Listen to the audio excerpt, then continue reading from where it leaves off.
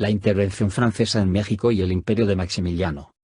Al restablecer su gobierno, Juárez tomó nuevas medidas radicales como la expulsión del arzobispo de México y otros prelados que habían participado como aliados del Partido Conservador durante la Guerra de 3 años. Al refrendar la Constitución del 1857, se hizo necesario someter algunos brotes de inconformidad de generales conservadores como Zuloaga, Márquez, Miramón y Mejía. Pero a mediados de 1861 Juárez instaló el Congreso y fue declarado presidente de la República. Una de las disposiciones de Juárez para hacer frente a la falta de recursos por causa de la guerra y de una actividad económica irregular en el país, fue el decreto para declarar la moratoria o suspensión provisional por 2 años al pago de la deuda pública en julio de 1861. La reacción de los países acreedores fue inmediata y enérgica. Francia, Inglaterra y España firmaron un acuerdo para obligar a México a cumplir con sus compromisos económicos. El Tratado de Londres, el cual representó, además de un pretexto de la prepotencia imperialista, un antecedente inmediato a la invasión francesa sobre territorio mexicano. Napoleón III invade a México. A principios de 1862 los buques de las 3 potencias allanaban las aguas territoriales del Golfo de México, por lo cual Juárez giró instrucciones a Manuel Doblado para sostener pláticas con los países que amenazaban con desembarcar en Veracruz. Se firmó entonces el Tratado de la Soledad, en el que México se comprometió a retirar la moratoria y España e Inglaterra desistieron de invadir territorio mexicano, pero Francia sostuvo su pretensión de intervenir con sus tropas. El Partido Conservador ofreció al emperador francés, Napoleón III, su apoyo absoluto para derrocar al régimen liberal de Juárez. El 5 de mayo de 1862 las tropas invasoras fueron derrotadas por el general Ignacio Zaragoza y sus lugartenientes Celestino Negrete y Porfirio Díaz. El triunfo mexicano incentivó el nacionalismo y la confianza en la defensa de la soberanía nacional. Pero con un ejército de 60.000 franceses y el apoyo de los conservadores, Napoleón III logró finalmente apoderarse de México. El mariscal francés Forey articuló la ocupación de México y promovió la integración de una junta de notables en la que el Partido Conservador participó. Se decretó la monarquía católica y se ofreció el trono de México a Maximiliano de Habsburgo y a su esposa Carlota de Bélgica. De esta manera, parecía que la alianza de conservadores y Napoleón III resultaría satisfactoria para ambas partes y que Maximiliano podría garantizar dicho pacto.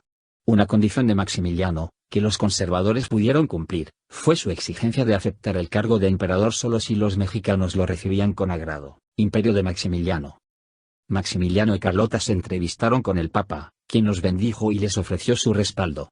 Posteriormente se entrevistaron con Napoleón y, ante quien el archiduque Maximiliano firmó el Tratado de Miramar. Francia se comprometía a sostener al imperio de Maximiliano con tropas y con un jugoso empréstito. De esta manera se hipotecaba a México como punta de lanza para la fundación de una colonia francesa en América Latina.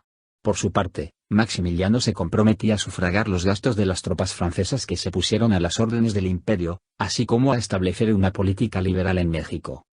En mayo de 1864 se estableció la pareja imperial. Pronto surgieron graves desacuerdos entre Maximiliano y el Partido Conservador, el cual le retiró su apoyo cuando el emperador impuso criterios liberales como la libertad de cultos y la expropiación de bienes clericales. Durante el conflicto Estados Unidos había ofrecido a Juárez su respaldo, pero no podían intervenir en favor de México, ya que vivía un enfrentamiento civil, desde 1861, al pretenderse abolir la esclavitud, la Guerra de Secesión, misma que confrontó a viejos hacendados esclavistas sureños con los promotores de una economía industrial basada en la libre enajenación de la mano de obra.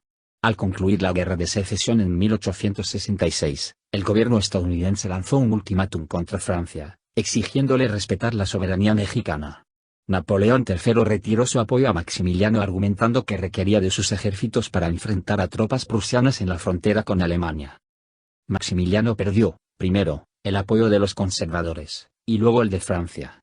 No pudo renunciar al trono y retornar a Austria porque su madre, la emperatriz, se lo prohibió. La caída del imperio fue inevitable conforme las tropas del ejército liberal mexicano recuperaban paulatinamente el territorio nacional. Tras el sitio de Querétaro en abril de 1867, Maximiliano, acompañado por los generales Miramón y Mejía, se rindió en espera de un indulto. Sin embargo, los tres fueron sometidos a un tribunal militar que los condenó a muerte por atentar contra la soberanía de México y fueron fusilados en julio de ese año. Restauración de la República, gobiernos de Benito Juárez y de Sebastián Lerdo de Tejada. Al terminar la segunda intervención francesa y con el regreso de Juárez al gobierno, inicia el periodo conocido como la República Restaurada, que abarcó los gobiernos de Benito Juárez y Sebastián Lerdo de Tejada. caracterizados por la fidelidad y un proyecto de gobierno basado en la restauración de la República. El triunfo de las tropas republicanas significó para Juárez su consolidación como presidente de la nación. Desde su nombramiento, a finales de 1857, para sustituir a Comonfort, se había mantenido al frente del poder ejecutivo. Su permanencia en el poder empezaba a disgustar a los seguidores de Sebastián Lerdo de Tejada, ministro de Justicia. Con un país más estable y casi sin conflictos, Juárez pudo emprender una nueva relación con inversionistas extranjeros y nacionales para impulsar la vida económica. Destacan en esta etapa de la vida nacional medidas que Juárez implementó como el juicio de amparo para proteger a los particulares contra posibles abusos del sistema judicial al sentenciar una causa. Pero sobre todo, el ministro de Educación, Gabino Barreda, fundó la Escuela Nacional Preparatoria para sustituir al modelo educativo del PLEG en México. También creó la Escuela de Medicina y las de Ingeniería y Leyes. Gabino Barreda introdujo la filosofía positivista que, entre otras cosas, se distinguía por el vigoroso impulso a la ciencia y a la tecnología para la modernización industrial de México. En 1871 Juárez se mantuvo como presidente de la nación mediante la reelección para el periodo 1872-1876. Porfirio Díaz se manifestó en contra de la reelección juarista. Se conoce como Plan de la Noria al levantamiento de Porfirio Díaz en 1871, el cual fracasó. Fue hasta julio de 1872 cuando la muerte de Juárez dio pie para un cambio presidencial. Ahora se nombró como presidente interino a Sebastián Lerdo de Tejada. Durante su mandato, Lerdo sostuvo los mismos criterios que Juárez, pero intensificó las medidas anticlericales y restableció al Senado de la República. Lerdo de Tejada también creó el ferrocarril de México a Veracruz con el fin de modernizar el transporte. Al pretender practicar la reelección a finales de 1875, Lerdo de Tejada enfrentó una oposición iniciada por varios generales porfiristas que proclamaron el Plan de Tuxtepec. Para octubre de 1876 Porfirio Díaz ya estaba al frente del movimiento y se proclamó como presidente provisional. Pronto logró derrocar a Lerdo de Tejada y al ministro de Justicia José María Iglesias, a quien inicialmente el Plan de Tuxtepec lo había reconocido como vicepresidente. El lema antirreeleccionista fue la bandera porfirista.